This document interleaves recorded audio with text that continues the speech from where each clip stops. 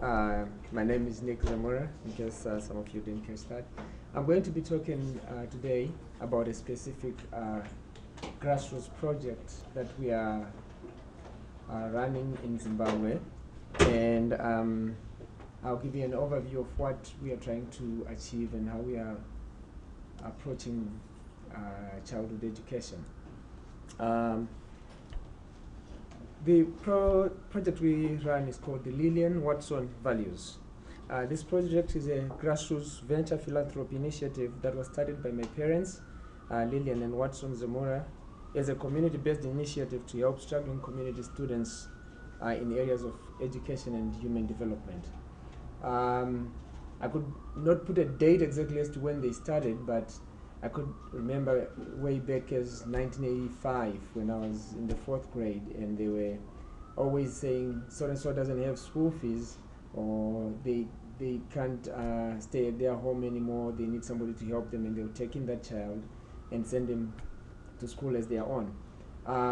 Later in the 1990s, it was actually a specific thing that they were doing every year, that they would map out a plan at the beginning of the year to identify a number of students that they wanted to send to school.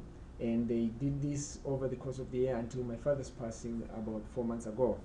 So when I was in Zimbabwe, I met 11 children who came to me and said, I hope you're not going to forget us now that your father has passed away.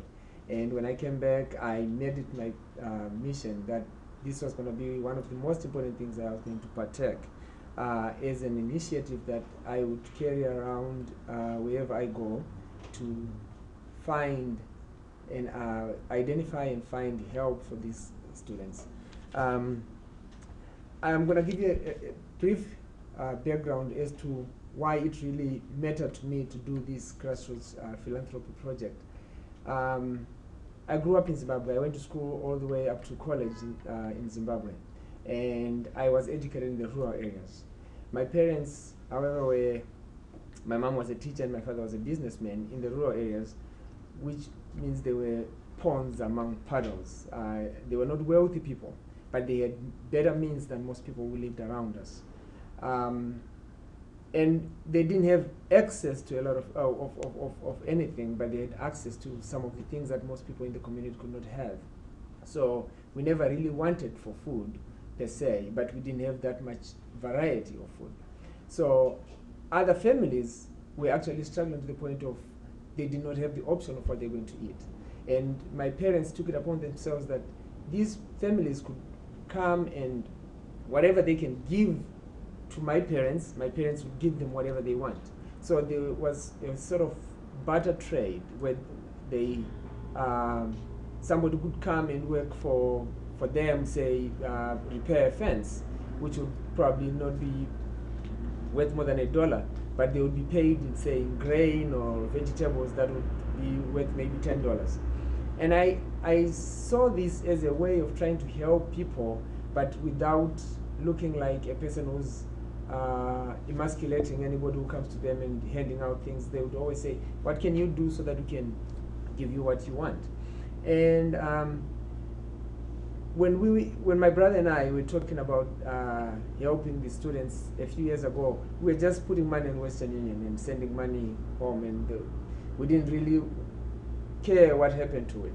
But after we went back home in March, we discovered that a lot of the things that we thought were being done were not done in the way that we thought was what we expected of it. So we came up with a methodology of how we're going to run this initiative in the interest of helping, but in a light of venture philanthropy where we are making an investment into the community. We talked to a lot of people, and if anybody has been to Africa and you say, I want to help you, tell me your problems, you know how many people are going to come out of the woodwork. So we actually recorded some on voice recorders, on cameras, or wrote it down, and within a week we managed to match the number of needs that we were presented with and the number of solutions that we were presented with. And what was so amazing was almost 90% of the problems that they have could be solved within their communities. It was only easier for them to come to me because I was coming from America, and they assumed that I had US dollars and I was going to give them money to tell me that I need A, B, C, D, when yet the next person who walked up after them would say, I have A, B, C, D, I just need E, F, G, H. So we identified this need and problem and solution, and we said we are going to match the interests. So the initiative matched needy students to community resources. So we facilitated their education through what we had in the community. So we had students who walked maybe 6 miles to school, and yet there was a woman who lives 5 minutes from the school whose children maybe died of AIDS, or she just lives alone because all her children are grown and she needs somebody to live with. And we would go to that person and say, look, if we ask this child to come and live within your home, will you raise them as your own? And you will have the company that you need.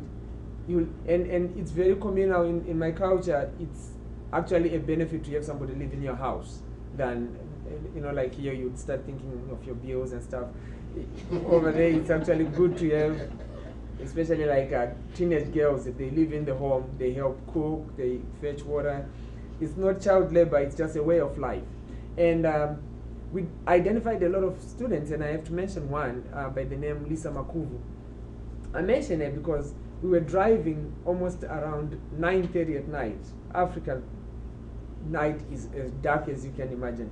And we see this figure in the dark, and I said, it's a woman. No, it's a girl. She's wearing school uniform. So we stopped and asked her where she was coming from. She was coming from school. And we drove her over to her house, which was quite a substantial drive after we picked her up, which meant she still had a long way to go. And we went to talk to her father, and the father said the father's answer was more of a resignation, like, I don't know why she still goes to school. I don't even have money for her to write the exams, so she's wasting her time. I've tried to tell her to stop going to school and go to the city and work as a domestic servant, which would be better than to go to school. And the girl said, I have hope that if I continue to go to school, I'm going to do better, and my young sisters will do better out of what I will have achieved. And it was very touching because for her to be able to write the exams, she needed $11 per subject. And she wanted to write 8 subjects for her to qualify into a college or a higher institute of learning. And it was that $88 that they didn't have that squashed all her dreams. And I promised her that we're going to find her the money to complete her education, the tuition fees, the exam fees, and whatever she needed to see herself succeed until her potential was realized. I have to mention this, and John Patrick, you have to forgive me, I'm going to use your name. When I came here and I said this story, John Patrick gave me the $88 for that student to go to school, to write the exam. We sent the money, and the father sent us a text message. He walked from our home area to the city to borrow a cell phone and sent us a text message to thank us for what we had done for your daughter. And it was a very touching moment because $88 stood between this child, her potential, her dreams, her life, her future, and she could have been a domestic servant like what her father resigned to. And through this initiative of grassroots philanthropy, we managed to see that child succeed. Another impressive thing that happened was when we told the parents at a meeting that we had at a lower school that she was walking this long distance, most of them did not know how far she lived. And a lot of the women who were there volunteered to have her live in their homes free of charge and study. And she now lives less than 5 minutes from the school. She's writing her exams in November. She's doing very well. She just passed the midterm exams and we got the results, which is very, very impressive. So our process is very simple. The people that are in the community who have needs, like fathers who cannot send their children to school, we go to the school and ask the school what they can offer them. So we have parents who have gone and done gardening for the school teachers or for the school garden, and in return their children's tuition fees is either waived or we take it over. So let's say it was $9 per semester, and the school says if they come and work for us for this long, we take $7 off, we'll pay the $2. The numbers I'm telling you are realistic. $1 here, $2 there, $11, and they're making such a difference, and the impact is already shown, because almost every other day we get a message from somebody who thanks us for what we have done. Unfortunately, they send them to me thinking I'm doing it all alone, but I'm actually going around to people. A lot of you might know this. I've gone to so many people and told them, look, for that latte you're going to have today, you can make such impact in a child's life. And a lot of people are very open-minded, and they open their hearts and open their pockets and help us with that. So our process also is working in a way that is very unique, in such that we have gotten people who are calling us now and say, I have this need, as in I'm a storekeeper and I work in my store from 8 a.m. to 9 p.m. If I can get someone to come and work in my store from 5 to 8, I'll pay them this much. So we are matching those resources that we are finding, and it's working very, very well in our favor. The Lillian Watson Values is currently involved in 2 schools. We are focusing on the schools that I attended, which are community schools. And this is Gumbanjera and Dombe secondary schools. The schools are in almost disrepair. When I left Zimbabwe in 1999, they were, maybe I was used to looking at them, they were not as bad as I saw them when I went back. But the roofs are falling in, the windows are breaking, because some of it is neglect, but most of it is because of time. These schools were built in 1981, and some of the things are just giving way. The African sun is very harsh to these buildings, and the wood on the roofing material is breaking or curling. The doors are peeling because of the change of seasons, the rain and the heat. And so we saw a lot of it. I have some pictures here that I'll share with you maybe after we finish talking. And another thing that touched me was the attitude of the students. When we went to speak to the students, most of them were coming to school. When I asked them, why do you wake up every day and come to school? Most of them say, because we are made to do it. They had no reason to be there. They didn't want to be there. A few wanted to be there because that was the only thing that they could do between morning hours and avoid being in the fields. So we identified this as one of the biggest problems, because without knowing what you're going to achieve, there is no way you would know what means you're going to follow. And we started with the teachers. I can tell you I've never seen a faculty of demotivated people like I saw in this school. And I'm not saying this disrespectfully. I was a teacher for 11 years, like Fuka said. But the reason why they are demotivated is not that they don't like their job or they don't know how to do their job. But it's because they are constantly facing the same problems day in and day out, that they have resigned to themselves to say, these are not issues that we can solve. So instead of teaching, they go there to babysit. When we showed up at the school, the first day we went to the school, the teachers were having a meeting with the whole school of students sitting in their classrooms for almost 3 hours. And as soon as the meeting was finished, the teachers got on the buses and went to the city because it was pay week. And this was normal. And the students would be at the school for the remainder of 2 hours alone, not doing anything other than socializing. So we spoke to the teachers and we wanted to find out what they needed. And they said, one, they don't have books. The science teacher doesn't even have a Bunsen burner or a beaker or a thermometer. So everything that they teach is theory, which is just rote learning where they talk to the children. And they wanted us to find, if we could find anything, books for them to use as textbooks. You know, they didn't care for the edition, whether it's first edition or ninth edition or the latest edition. They just wanted a book where the children can go and use as reference. They wanted materials to use in their laboratories so that the students could have the simple experiments. They had only done one experiment in the 4 years of high school that they were there, which is to tie a plastic paper over a tree.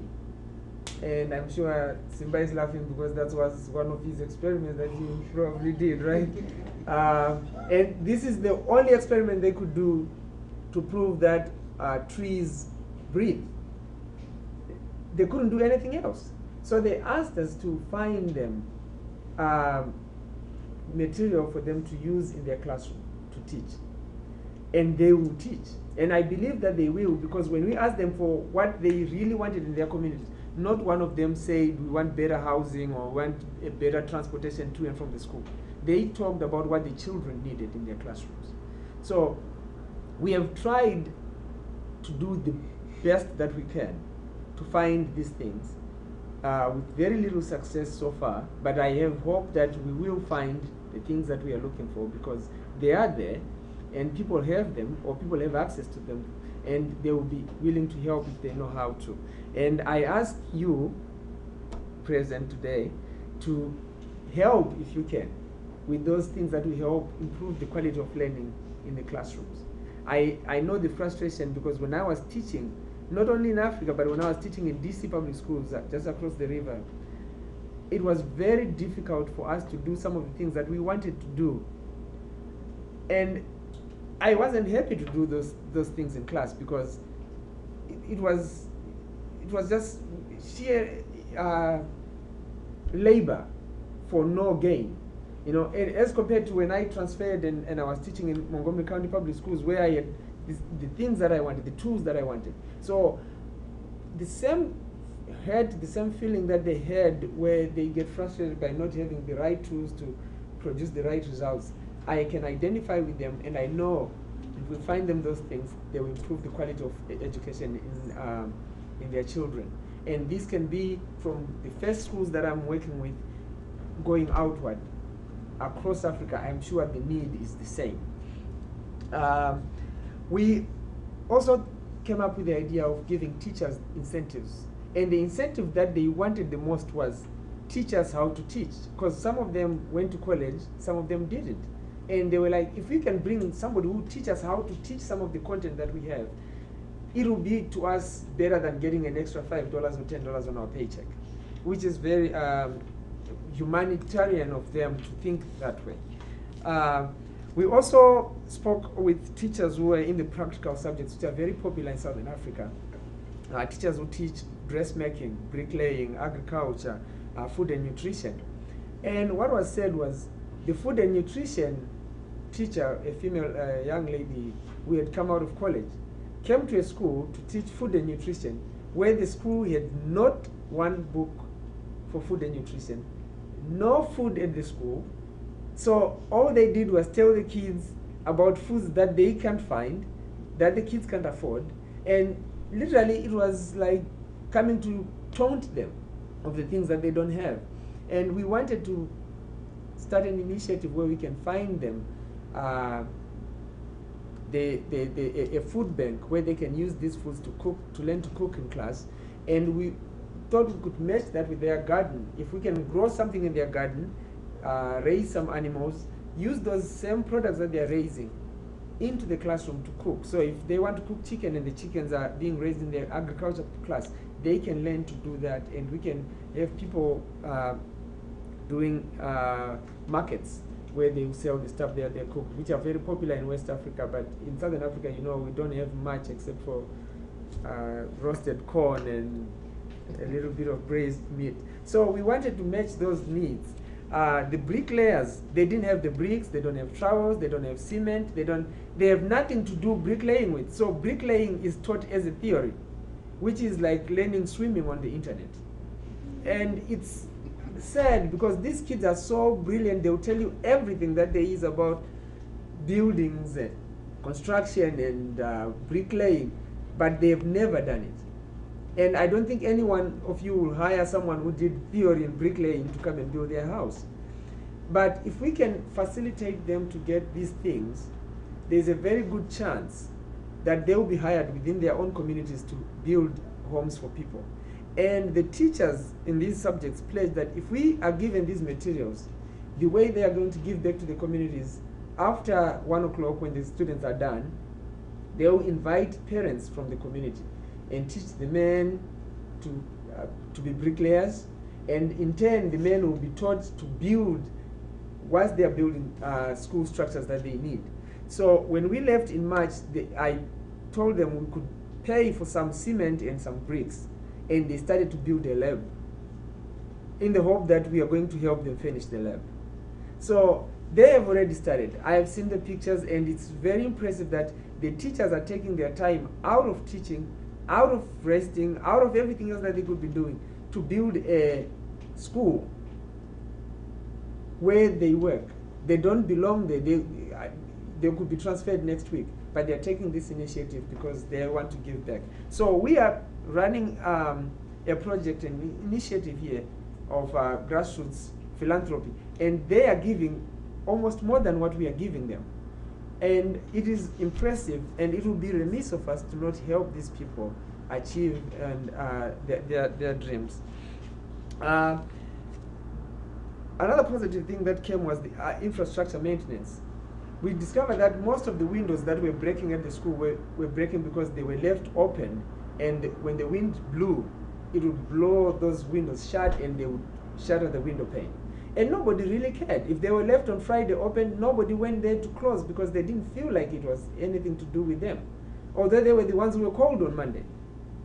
And when we talked about the building that they were building now, this new construction, we found out that they take turns to guard it at night so that the goats and the wild animals do not come and play on it. So the ownership that John Patrick was talking about is already being cultivated into their culture of thinking, that they believe now that this is their school. So if we can improve numerous areas of their life, of their education, there is a very big likelihood that they're going to take the initiative to say, if they get a book, it's their book. They're not going to rip it up, they're not going to write in it, they're not going to destroy the schools with graffiti, they're not going to break the doors, because they will believe these are the things that we produced, these are the things that we brought, and they are their own wealth. So it's another byproduct of this venture that is very, very rewarding, and the returns are coming much sooner than we even expected. We have also introduced, not introduced, but maybe facilitated their sports and extracurricular activities. We discovered that, like all students, they love to play sport. It's a sense of pride, but they didn't have uniforms to play their sports in. They didn't have money for transportation to go for sports meets. And we pledged that if they get a certain grade average in their school, the school as a whole qualifies for a school uniform. We've already bought two sets of uniforms for different teams, and they have competed in them. And the level of pride that they have now is much better than what we saw when we went there in March. So it is a self-motivating, self-esteem building, confidence building. And you know what happens when teenagers are confident about one thing, they always want to translate it to the other. So it's really working wonders in the community. We also introduced arts and crafts. There were a lot of kids who were talented who said, I like to make these things, but I don't know what to do with them.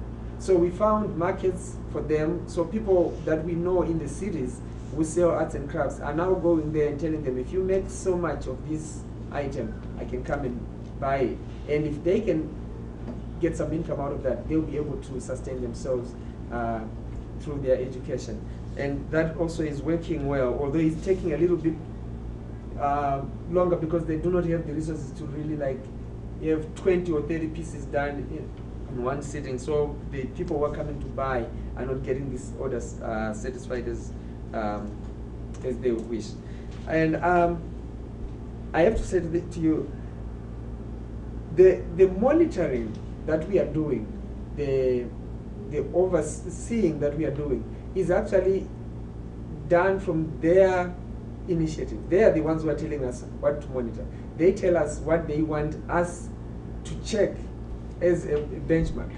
So when we go to them and say we are going to do A, they tell us how far they will progress and where they will be when we come back to check on them. And we are not telling them how to live their lives, but we are just facilitating. And it's something that is very, very impressive, because now the students feel like I have to do this for myself and I have to do this for that other person.